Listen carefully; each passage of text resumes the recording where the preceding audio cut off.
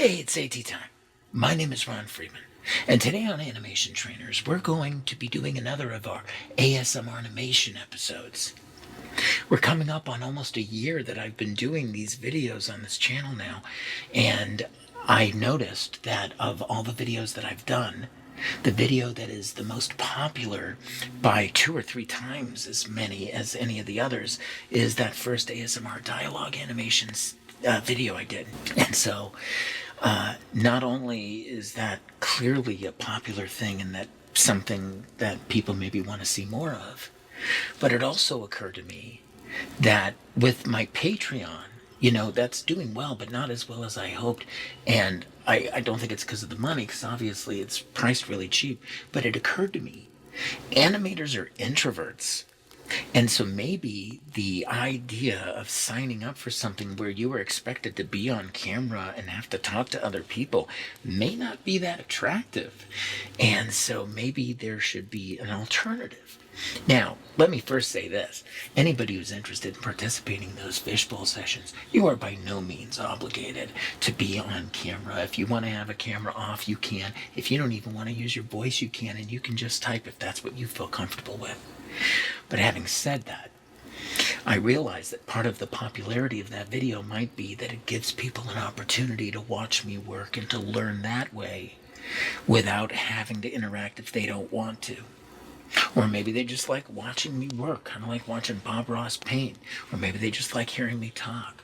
Regardless, I thought it would be good if I created more opportunities for that and also created something that would make joining the Patreon more attractive. So, on this Saturday, April 26th, 2025, at 10 a.m. Pacific time, all paid members of Trainee or Patron will be able to join me in the live stream and text me any questions they have while I am working on this dialogue scene or whatever else I happen to have going at the time. Now, if you aren't interested in participating in the session, that's cool. There will be 2 new hours of content every week on the Patreon channel. And so if you join for $1 a week, you will have access to those 2 new hours of video every week. And for an extra $1, for $2 a week, you can actually participate in those sessions and be able to get feedback and have it be a back and forth and not just you watching the video. So I really hope that you'll decide to join and sign up, because I think it's going to be a lot of fun. Now, speaking of this dialogue scene, I noticed that the last time I had opened it was in December of 2024 last year. And I realized that part of the reason for that was practical, but also emotional. So, the practical excuse was I was only working on this shot whenever we had a fishbowl session and if people didn't have something for me to look at. The fact of the matter is that almost every fishbowl session somebody has something for me to look at, and so that's part of the reason why I hadn't touched this scene in a while. But that's not the only reason I had put off on working on it, because the last time I worked on it, I had a bit of an issue with this last part of it. So let's watch it again real quick. Who, me? No. I couldn't possibly. This little wave thing I'm doing with my chest or whatever, that little wave through my body, for whatever reason, when I was working on it the last time, that really threw me. And it kind of freaked me out, and I was having a hard time figuring out exactly what my hips and my chest and everything and my head and neck were doing. And so I kind of have intentionally been coming up with excuses not to touch it or work on it. In fact, I was going to shoot this ASMR animation video yesterday, and I put it off a day just so that I wouldn't have to deal with this. Now, as it turns out, there may be a very legitimate reason why creative people procrastinate about getting started on creative pursuits. It just so happens that I am a huge Monty Python fan, specifically John Cleese being my favorite. And I had read his book that he had written called So Anyway, which was an autobiography. And then one day I noticed that he had come out with a new book called Creativity.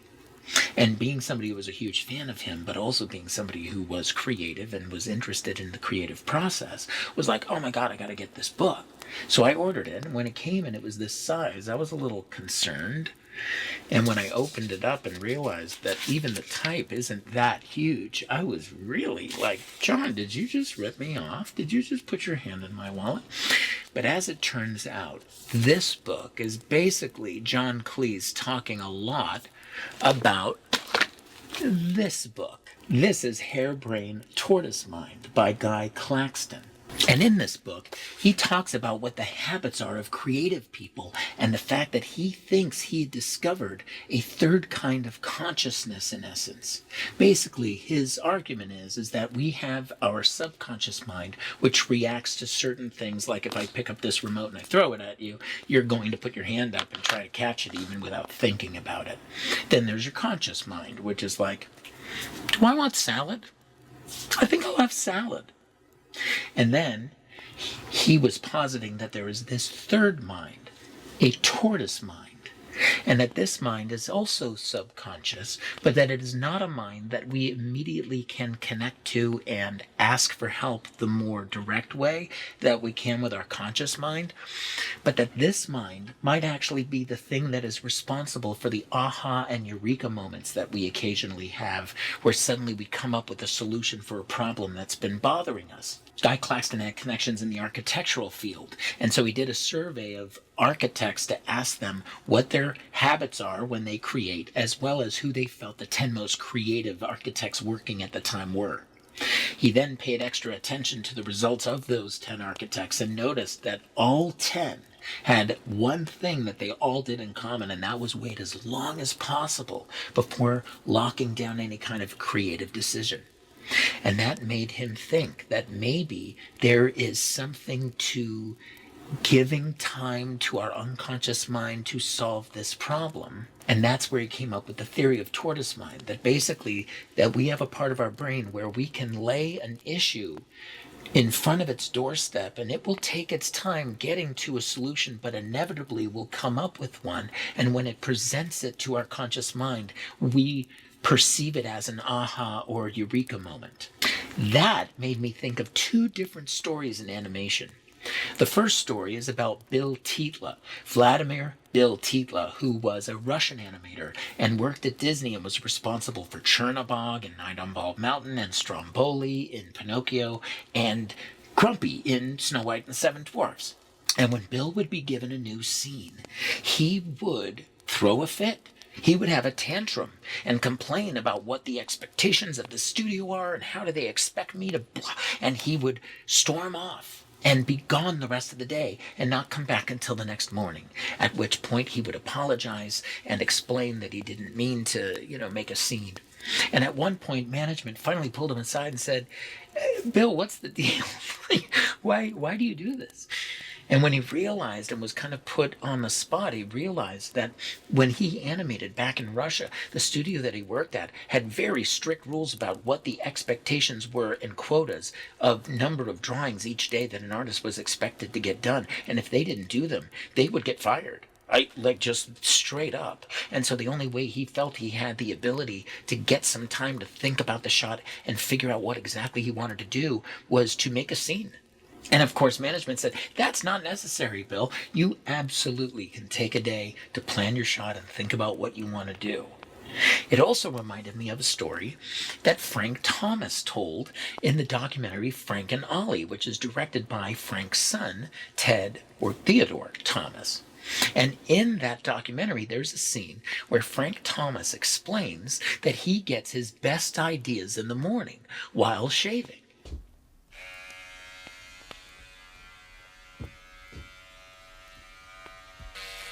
I've always used an electric razor.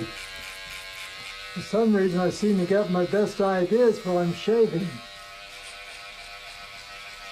I don't know. Maybe it's because electrical currents are close to my brain.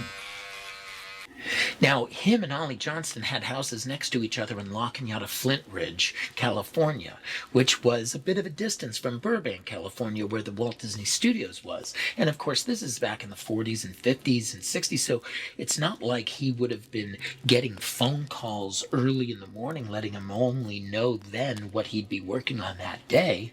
It just goes to make sense that he likely knew by the time he left the day before what he would likely be chewing on the next day and what those concerns were. So in essence, he was giving himself all evening and overnight for his tortoise brain to process those thoughts and try to figure out those non-linear solutions. And that way, the next morning while he's shaving, suddenly he gets that delivery from the tortoise brain and realizes that, or, the tortoise mind, and realizes, oh, that's what I'll do. And so I realized, hey, maybe this guy is onto something. And so I decided to give it a try myself. And so when I get a new shot, I will first go through and I will do all the perfunctory things that need to happen. Setting up selection sets, making sure the camera's correct, locking things off. Stuff that I don't have to think about too hard and aren't specifically making creative decisions that I have to lock down anything, so that I can give myself a little time to have my tortoise mind chew on it and figure out what exactly the best thing to do would be. Okay, so now we're going to continue this animation, and if you subscribe to the Patreon, you'll be able to watch the whole hour. But regardless, I would really appreciate it if you like, subscribe, and switch that notification bell to all. Oh, and by the way, speaking of comments, commenting on the videos is the best possible thing you can do for this channel.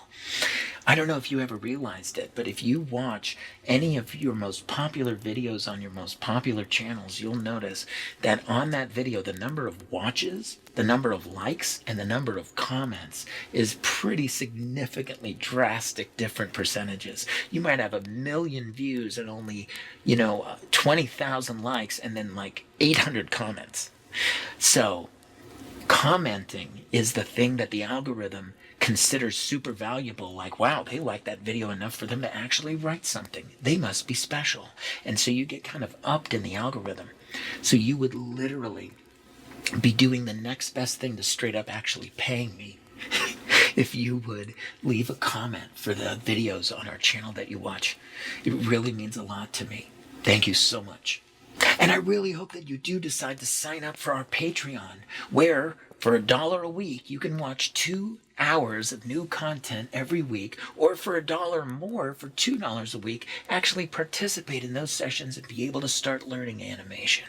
Or would you prefer to have a private session with me where we can work on your animation skills, specifically what it is you need to focus on, one-on-one? Then please visit our website at animationtrainers.com and schedule a session with me. My name is Ron Friedman, and I hope that we'll see you for our next video here at Animation Trainers. In the meantime, keep it quiet.